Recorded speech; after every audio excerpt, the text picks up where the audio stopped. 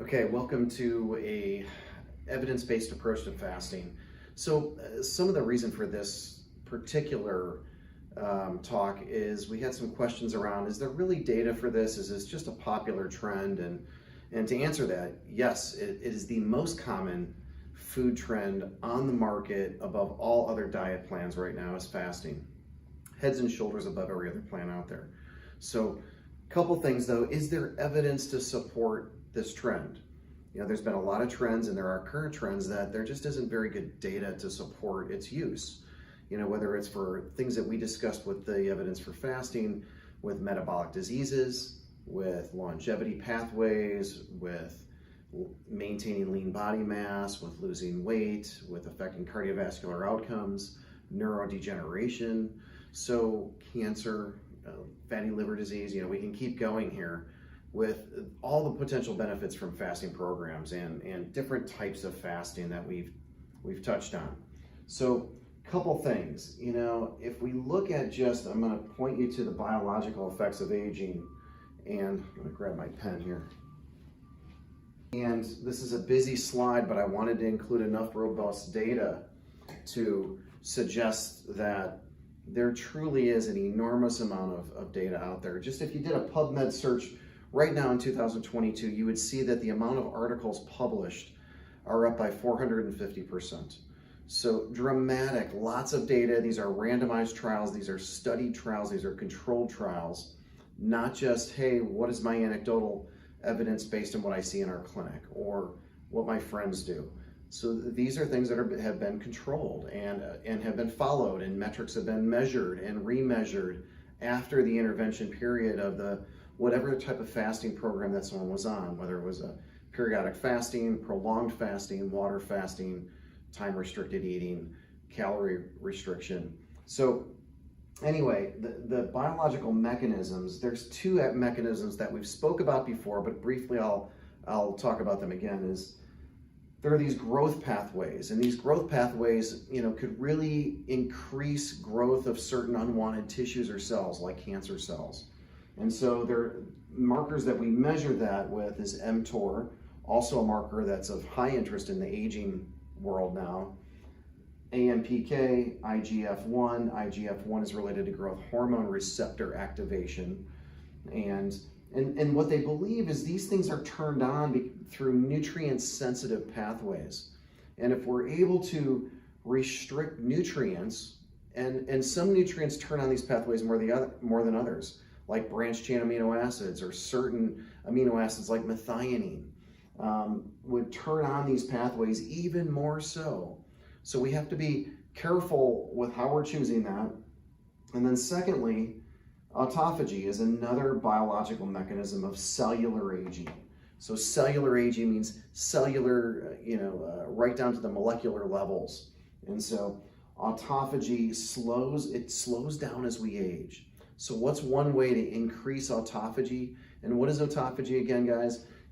We spoke about this before, but it's a mechanism that we clear away old debris cells, old immune cells that aren't functioning well, cells that are just limping along and damaged, and they can transform and become a transitional cell, like in a GI cell in the gastric mucosa, and it can transition over to a adenocarcinoma or a cancerous cell. Some of you may know this as Barrett's esophagus. Well, either way, we want to turn on autophagy to clear out the dead senescent cells in the brain, in the rest of the body, and make way for new, healthy, lively cells. Well, as we age, our ability to clear away the debris, damaged cells is slowed, and we're not as efficient as we were. So to turn on these processes, guess what does that? Fasting. And so there are certain mechanisms, there's a certain dose response to turn those on. So what are the studies? What are the studies that might show an effect on these aging, that might show an effect on some of these cardiovascular outcomes, cancer, liver disease, metabolic diseases? So the studies are mostly focused initially on dietary restriction. And there was one study that really kind of birthed the biology of aging literature. And it was a study by Osborne et al. In 1917 is when the dietary restriction was really ever first published and studied. And what they showed was if you had DR, which is dietary restriction, we extended life. And so anytime we can make an impact in the disease of aging, we decrease premature diseases. So if you know anything about the blue zone groups, those are the 5 areas of the world where people live the longest. They have the most centurions, people that live to 100. And so one of the things that we know is that they die of the same disease as everyone else does, just 20 years later. And so the question is, what are they doing that helps that? And so DR is dietary restriction, and dietary restriction turns on metabolic and cellular changes that can impact these premature disease states. And so couple articles I just want to share with you so you can look it up yourself, but very easily. Again, 450%, thousands of studies now on restricted eating, hundreds of good quality studies. Is 2021 in Nature Reviews, it showed a decrease in age-related loss of function in cardiovascular disease, cancer, neurodegeneration. We can go beyond that and talk about liver disease, fatty liver disease, soon to be the #1 replacement for liver replacement above alcoholism or toxicity. And so let's look at a couple other ones. We looked in 2021 in the Nature of Aging. Longo did his big study and showed the significant benefits in all sorts of biomarkers, whether it's lipids, hypertension, weight loss, metabolic diseases, better insulin sensitivity.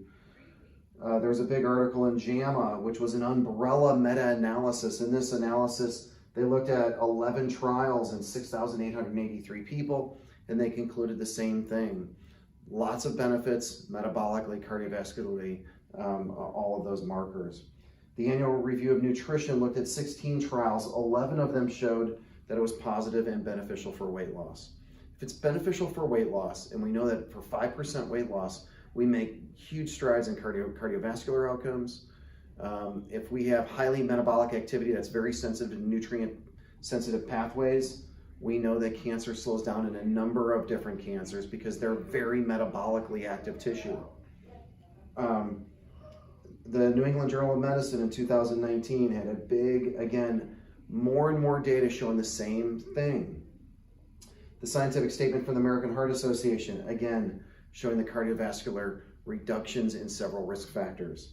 British Medical Journal in 2008, and they were looking at when people are eating in their fasting windows, and in general, we know that in this critical measure, what they did is they looked at a meta-analysis of 12 studies, 1.5 million people in this group observation of this meta-analysis of these 12 studies showed a significant improvement in what you choose to eat dramatically makes a dent also in these risk markers. JAMA 2016, this is where they looked at, of the protein you choose to eat, which protein should you choose? Because we know that protein and these amino acids that I alluded to affect the nutrient sensing pathways. So it appears that if you choose a plant protein over an animal protein, the constituents of some of those amino acid concentrations would not turn on these nutrient sensitive pathways as much from a cancer and heart disease standpoint. So bottom line here, guys, is I could have littered this with 10 more boards of data showing, listing one by one trials showing how they've studied this, and there's big impacts on these players. People that get the most benefit from weight loss are people that have more weight to lose and more disease. If someone's just losing to shave off 5 pounds, the data is not as strong, okay? So it still can happen. It still is a tool, but we're gonna have to also monitor what you're eating in those feeding windows. So a couple principles to go by in terms of optimal health and longevity is stay plant focused.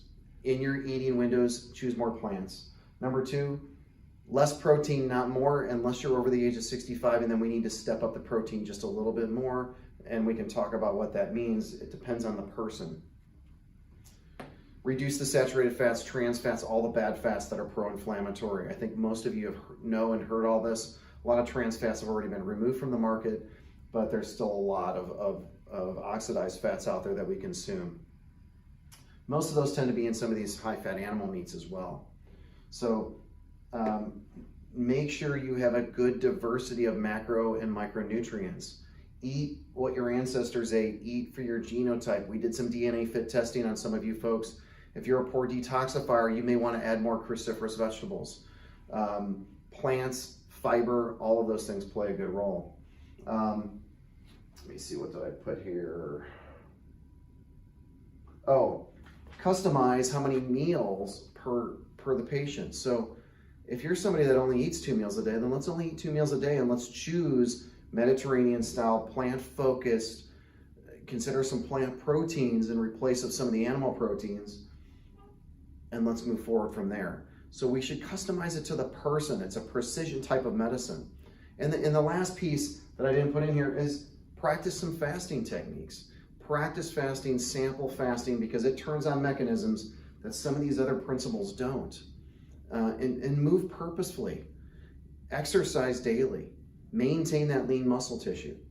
So all being said, I just wanted to get some more information out there to you guys about, there's data for this. You know, there are some people that don't believe there's good data and that it may be potentially harmful. I haven't seen the harm in this if it's effectively done in conjunction with your physician or your health practitioner. So those questions, again, you guys put more questions in. I'll do a Q&A video again to get back to you on this, but a week from Wednesday is the end of my second month. I'm going to do a 24-hour fast. I have a couple people that said I'll do it with you. So if you guys want to do it with me, hop on. We'll do a video after that 24-hour fast and see how we all fared. So that being said, good luck. Stay with it. Keep sampling it. You know, fast before and after an event, before and after a vacation, kind of bookend those things so you can balance life. And so I'll leave you with that. Good luck, and throw out your questions if you have them. And thanks for even sampling this. This is what this has been meant for, is sampling, right? So if any of you do have any other concerns, particularly an eating disorder or something else, we can work with you with that, or suggest that this isn't the thing for you. But please, this was just to introduce the concepts and for people to sample it if they wanted to, okay? No one's being forced to do any of this. This is just for your information and to show you that there is clear data for this, and even much, much more. I just listed the big meta-analysis studies. So good luck, have a great week, and we'll talk with you soon. Bye.